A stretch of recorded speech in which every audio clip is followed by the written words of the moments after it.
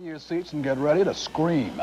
Six Flags Great America has a new ride, and the experts checked it out today, along with our fearless Bob Wallace.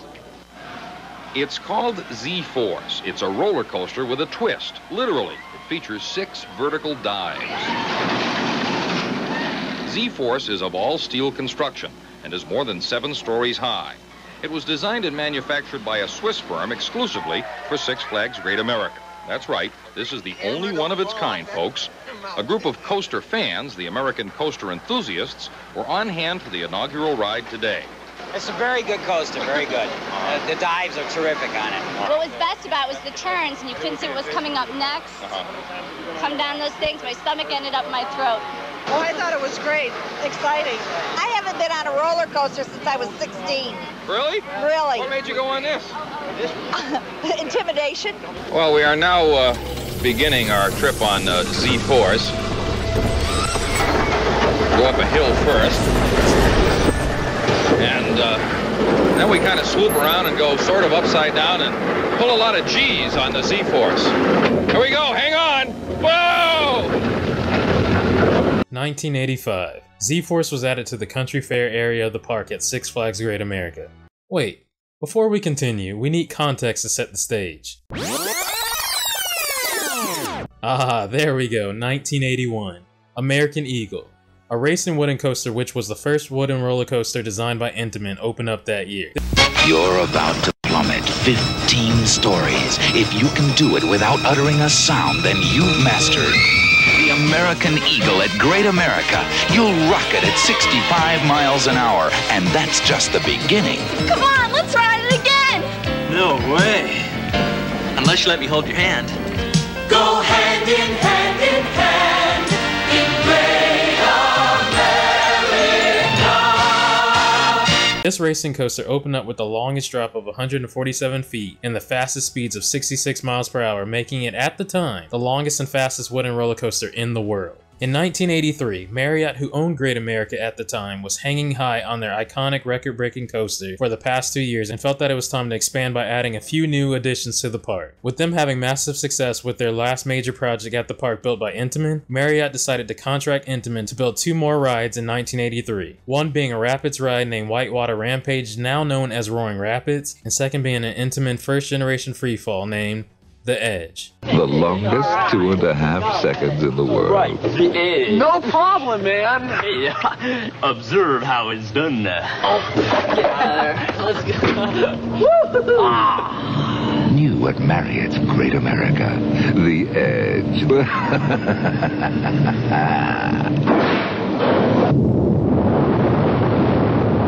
longest 2.5 seconds in the world.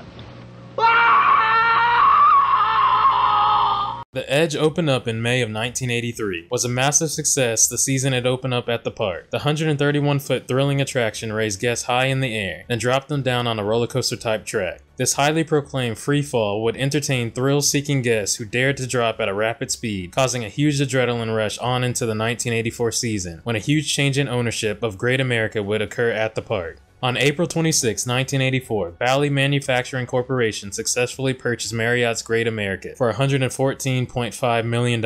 After signing a letter of intent to purchase the park the day before on Wednesday, April 25, 1984, now making it Six Flags Great America. Six Flags Great America opened up in the spring of 1984 with high anticipation and great expectation. Every time of your life, there's nothing like this. Great America. Every time of your life, you can get a taste of travel in space, or jump and shout, let it all out, and then come back for more. Time after time, Great America. Every time of your life. But this hype for Great America's first season under the Six Flags chain would be short-lived. On May 22, 1984, a software shortage caused the car on the Intamin freefall, The Edge, to stop at the top, moving forward to the drop position. The car eventually dropped, then stopped, as the brakes partially failed, stopping the car. The brakes eventually gave out completely and dropped the 3 teenagers on the ride 60 feet, causing them serious injury and requiring them to be hospitalized. After numerous attempts to reopen the ride and anti-rollback devices installed by Intamin, the Edge could never regain the trust of the public, as guests didn't feel that it was safe to take the plunge on the still steep drop again. As Six Flags was trying to save face with their new park acquisition while having little luck to regain guest trust back to ride the Edge again, Six Flags looked at their permits and paperwork that Marriott had filed, found plans that were in development already for Intamin to manufacture, and relied on them again to build 2 more rides to help shape the future of Six Flags Great America. With them running to Intamin for another miracle, Six Flags needed something so magnificent, so thrilling, so captivating, and so innovative that it would greatly please all walks of life, where everyone would want to come to Six Flags Great America to ride something that didn't exist anywhere else in the world. Initiate Code Z. The Force is here. The ultimate Force. The world's first and only Z-Coaster. Designed to turn and twist and dive like no other Force on Earth. Come ride the Z-Force, only at Six Flags Great America. Z-Force, created by Intamin, was the first and only space diver coaster in the world. According to RCDB, it stood at 86 feet high and reached a max speed of 35 miles per hour, with the track being 1,900 feet long. Z-Force was for sure one of its kind, an extremely unique coaster model and layout. Intamin was looking forward to this almost as much as Six Flags needed it, due to the fact that rival manufacturer Era Hus had designed iconic picturesque coasters in Big Bad Wolf at Busch Gardens Williamsburg and the first successful suspended coaster, Accelerate, at Six Flags Astroworld, after the first ever suspended coaster, the Bat, had failed due to several problems at Kings Island. Seeing the success of Era's innovative creations, Intamin decided to do some innovation themselves after being notorious for not being afraid to take risks. In order to get this coaster underway, Intamin sought out Giovanola as a subcontractor to develop Z-Force. Intamin and Giovanola already had an ongoing relationship working together, with Intamin having subcontracted Giovanola to manufacture a bunch of bobsled coasters the recent years prior. So therefore, continuing with their ongoing relationship, Intamin saw it fit to rely on Giovanola to fulfill this idea of innovation. Z-Force having received its name from its zigzag track layout, the layout of this coaster was compact, consisting of 215 by 60 feet dimensions, which left an extremely small footprint. The trains manufactured by Giovanola were the first in the world to have a 4-across seating layout. The trains would consist of 5 cars to guarantee quicker capacity per hour, while still maintaining a good length to the train. While the layout of this coaster would primarily consist of the following. The coaster would begin by going up a chain lift hill. At the top of the lift hill, that had a similar layout to a Wild Mouse coaster. It would consist of a slow, easy pace as the trains moved slowly approaching the first drop. The first drop of many on this ride was never experienced before, a hairpin dive. A hairpin dive is a twisted drop that plunges the train while switching directions. Similar to a dive drop, which consists of an inline twist into a drop, with the train usually ended up inverted as seen on the likes of Full Throttle at Six Flags Magic Mountain. While a hairpin drop does not invert passengers and is supposed to mock the likings of a fighter jet. Needless to say, Z-Force consisted of a total of 6 hairpin dives and a 540-degree upper helix. Z-Force was the first coaster with 3-dimensional spline curves, as well as making it the first coaster to be built with computer-aided design software to calculate the hairpin dives. Although Z-Force was well received, Six Flags with the ride rotation program, where the rides would exist at a park for a short amount of years, then would be moved so that the experience could be had at another park. Z-Force's failure, a lack of long-term excitement for guests, and the unique roller coaster model was a perfect candidate for Six Flags to place Z-Force into the ride rotation program, with the excitement and marketing it could bring for whichever park who received this coaster could boast the title of world's first and only coaster of its kind. Remember the Edge, the first generation Intamin Freefall? It would eventually close for good and be dismantled in the spring of 1986, before the season opening on April 26. The following year, in 1987, saw the replacement of the Edge by another Intamin manufactured creation by being a looping starship named Power Dive. Z-Force would ultimately close that same year in 1987, be dismantled, and shipped off to be relocated to Six Flags Over Georgia. Wow. Look how happy and peaceful everyone looks. No worries in the world, enjoying a wonderful spring day at Six Flags Over Georgia by the water. The calm before the storm. Brace yourself. Z-Storm is coming.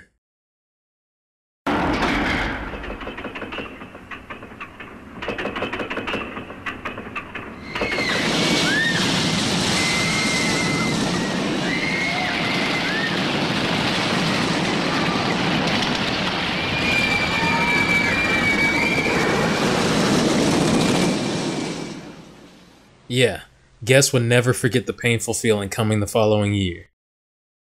Advertisement began to pop up for the new arrival of Z-Force, displaying the excitement of what is going to come to the park, with park president Spurgeon Richardson speaking very highly of the new addition coming to the park. The week of April 17th through the 23rd of 1988 saw Where Do Broken Hearts Go by Whitney Houston was the top Hot 100 Billboard song. The Dirty Dancing soundtrack was the top album at the time. Michael Jordan was on the verge of winning his first NBA MVP. Beetlejuice was the top film in theaters, and Z-Force opened up at Six Flags Over Georgia for the 1988 season. Move ahead. It's so unique. Don't hesitate. Now rip it. Rip it good. New Z-Force. It's not just another ride in the park. Now rip it. Rip it good. Z-Force was located in the Cotton States Exposition section of the park and sponsored by WAGA TV5, also known as Fox 5 Atlanta, when the park was first installing the trains for Z-Force. According to lead foreman Rob McCullough and Jason Smith, assistant ride foreman of Z-Force at Six Flags Over Georgia, stated that when they went to put the trains on for the first time, they figured out that they poured the dock too wide. They had to get the train out of the way and call a concrete cutter company, with Rob remembering that you could see the exposed cut of concrete along the edge of the dock. Z-Force at Six Flags Over Georgia was off to a shaky start at its new home location, but things eventually even got better, where people had a chance to fully experience the ride, and many for the time being actually got a kick out of the ride and enjoyed it. But due to the Six Flags ride rotation program, it causes rides to be taken down and be reassembled, sometimes causing roughness and discomfort now for the overall feel of the ride experience. Guests began to feel the first wave of discomfort as time passed after the first year of the ride's operation at its new location. Guests would complain after getting off the ride of massive headaches, discomfort with the restraints, and the pain from whiplash. Then in 1989, tragedy would strike. On July 18, 1989 at 9:40 p.m., an 11-year-old boy from Alabama boarded the Space Driver coaster, experienced the entire ride and all 6 hairpin dives. According to Six Flags spokesman Bob Maxwell, stating that the boy appeared fine when he boarded the ride with his family but was unconscious when the ride ended minutes later. Park personnel used CPR until an ambulance arrived, taking him to the hospital where about an hour later he was pronounced dead. No outward signs of injury were displayed and his shoulder harness and lap bar were still in place, which resulted in doctors confused as to what happened to the boy. The ride was shut down immediately and remained closed until park and state officials could investigate the accident. And 4 days after the incident, Z-Force reopened to the public after medical officials deemed the incident was caused due to the boy having a seizure, and that the ride had no direct impact on causing it. Z-Force would operate at Six Flags Over Georgia for a couple more years till it was removed in 1991. It was time to pack it up again and find a new location. With the ride rotation program in the back pocket of Six Flags yet again, Z-Force, now with a bad reputation, leaves Six Flags Over Georgia to find another home. But this time, to put lipstick on a pig, in 1992, Six Flags would rename Z-Force and relocate it to Six Flags Magic Mountain. So what would come next to both respected parks would be marked as a disaster for both Six Flags Magic Mountain and Six Flags Over Georgia. Flashback opened up on April 25th, 1992, making it Six Flags Magic Mountain's third new coaster in a 3-year span. As history has shown with the opening of this ride, it opened up to the public with a lot of excitement at first. The media began to get behind the coaster coming to the park. The day before Flashback opened up at Six Flags Magic Mountain, a writer from the Signal newspaper called Flashback the 8th wonder of the coaster world, describing the experience as, "You've drifted off to sleep, your conscious and subconscious fusing on the outer rim of slumberland. You're not quite in that dream state, but your system is shutting down, turning off the circuits and recharging for tomorrow. And suddenly, your body lurches and you pitch forward, certain that you are falling head over heels to some grisly end. Your eyes pop open and there you sit, at first feeling disoriented and final foolish for letting the mind and body toy with you. It is those same basic feelings you get from riding Flashback." Yes sir, you nailed it. Wait, before we move on even further, let's take a look at what Six Flags Over Georgia got in 1992 for moving Z-Force. While Six Flags Magic Mountain now had the ride and renamed it to Flashback, Six Flags Over Georgia received a new coaster as well called Ninja, manufactured by Vekoma. Ninja, formerly known as Kamikaze, was relocated to Six Flags Over Georgia in 1992 from Hunts Pier, where it mysteriously left after operating for 2 seasons at the park. Opening to the public on March 1st, 1992, Ninja took the location of the former Z-Force, where Ninja would use the same queue structure. Ninja became the tallest coaster at the park, standing at 122 feet, beating Great American Scream Machine at 105 feet. Ninja, self-proclaimed as the black belt of roller coasters, was actually a very unique coaster as it has a very rare butterfly element, side Sidewinder and consecutive intense double corkscrews across a 2,742 feet track. Although this coaster has very highly unique elements, after guests began to experience Ninja, the honeymoon phase eventually ended quickly, as ridership began to drop, as a tremendous amount of complaints due to individuals experiencing massive headbanging from the restraints, causing serious headaches and losing guest approval of this ride, as it got some official nicknames of the likes of Ninja Ouch, the Headbanger, the Vekoma Torture Coaster, and the Headache Machine due to the pounding riders would take on this coaster from the roughness of the track and the uncomfortable nature of the horse collar restraints, especially during those corkscrews. I never need to ride that again.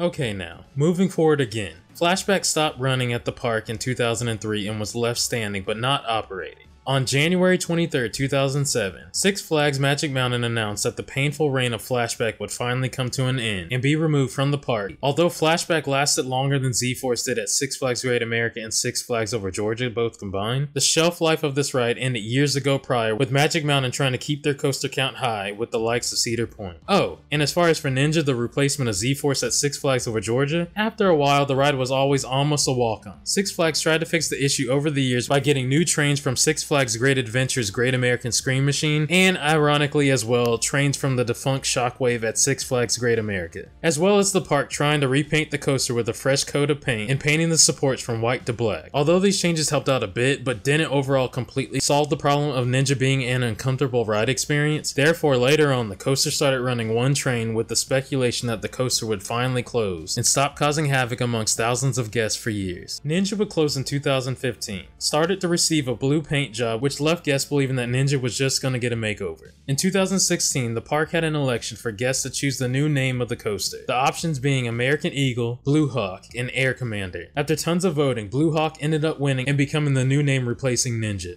Blue Hawk would receive Vekoma's new, better, and more comfortable vest-styled restraints, new trains, and Vekoma would provide assistance with fixing any issues needed on the track. Needless to say, the change and improvements from Ninja to Blue Hawk have served the coaster well, as it remains still at Six Flags Over Georgia. The question is and will always remain, so what went wrong with Z-Force? First, let's look at the restraints on Z-Force. They had over-the-shoulder restraints along with having a lap bar as well. But those particular restraints made this ride experience extremely uncomfortable, often causing the riders to hit their head on the restraints, particularly during those hairpin dives, in that 540-degree upward helix. Secondly, taking a look at the trains. As mentioned, these trains were manufactured by Giovanola just for Z-Force, although they were the first to have 4 across seating on a roller coaster. The shape and build of the ride vehicle was bizarre and wide. The train's design reminiscent of a ride vehicle on the Amazing Adventures of Spider-Man ride at Universal's Islands of Adventure. This was very uncommon and awkward for guests, as it was very hard, especially in the front row, for guests to be able to see where they were going and what element was to come next on the roller coaster, causing the inability for majority of guests who were non-experienced riders to brace and prepare themselves, as the coaster would move very slowly and then suddenly take quick abrupt dives. The third issue could arise from overhyping the coaster through questionable advertising. According to CM Venom of Coaster Radio, when Six Flags first advertised Z-Force, he describes that Six Flags had no pictures of the coaster, just an artist sketch of what it'll look like in their brochure, as well as lacking the appealing words to describe the ride to guests, by saying it has corkscrew-like turns, and explaining how the ride experience will be like falling from space, as well as the coaster being deemed as the ultimate coaster adventure, the 8th wonder of the coaster world, or whatever this is. But although I respect Six Flags' marketing and advertisement for a new and innovative, one-of-a-kind roller coaster, but unfortunately where it may have gone wrong was that the coaster didn't end up living up to the hype that was advertised. Number 4 being, could it have been Intamin's decision to use Giovanola as a subcontractor to build Z-Force? Giovanola was a steel manufacturing company out of Switzerland. Their start in the industry came from working as a subcontractor for Intamin. The founders of B&M once worked for Giovanola before leaving to start their own company that is world-renowned and everybody knows and loves today. But looking at the catalog of coasters that Giovanola was subcontracted to design and the coasters that were directly manufactured by them, over their tenure as a manufacturer, they were subcontracted to build 22 roller coasters, in which 14 of those were either relocated multiple times or are now defunct. Giovanola would go on to build 3 roller coasters of their own, such as Titan at Six Flags Over Texas, Goliath at Six Flags Magic Mountain, and Anaconda at Gold Reef City in South Africa. Could it be that Giovanola Vinola was one of the problems in the downfall of Z-Force, as the trains and coaster itself was built by them, while only at the time having a track record of building bobsled coasters before constructing Z-Force. Well, one may never know, just only to speculate. Lastly, the downfall of this coaster could be the ride rotation program. Z-Force wasn't necessarily disliked by all at Six Flags Great America, but with the new program, Six Flags felt that Z-Force served its purpose for a short period of time, and it was time for another park to experience this one-of-a-kind coaster. By the time the coaster kept being torn down and moved around, where it finally ended up at Six Flags Magic Mountain, the coaster and its track was poorly maintained. When a coaster keeps being relocated, it sometimes has a tendency to get rougher and rougher over time due to having to break it down, parts not being used for a certain period of time, and finally the ride being reassembled multiple times incorrectly apparently caused some form of unevenness with the layout of the track, causing extreme roughness and an even worse ride experience. Z-Force was a very ambitious and innovative coaster idea.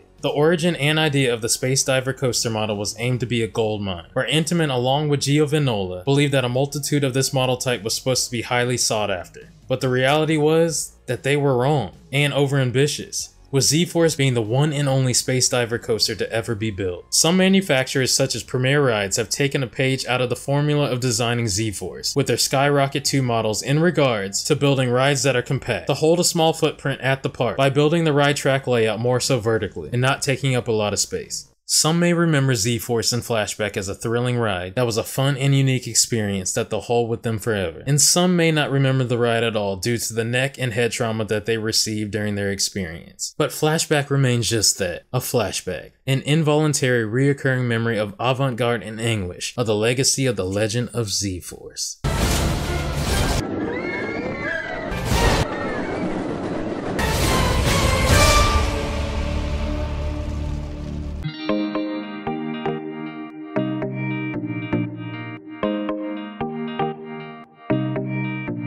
So if you enjoyed the video, you can support the channel via Patreon, where we have all new live streams and exclusive content and giveaways that are dedicated to the patrons on the exclusive Miguel the Annual Passholder Patreon page. And also, if you like looking nice, you can support the channel via our merchandise shop at annualpassholder.shop. You can find amazing t-shirts and hoodies, such as this one, that you guys can purchase for the low. And feel free to hit that subscribe button and turn it from red to gray, and like this video if you enjoyed yourself. I'll see you guys next time. Thank you guys so much, and have a thrilling day.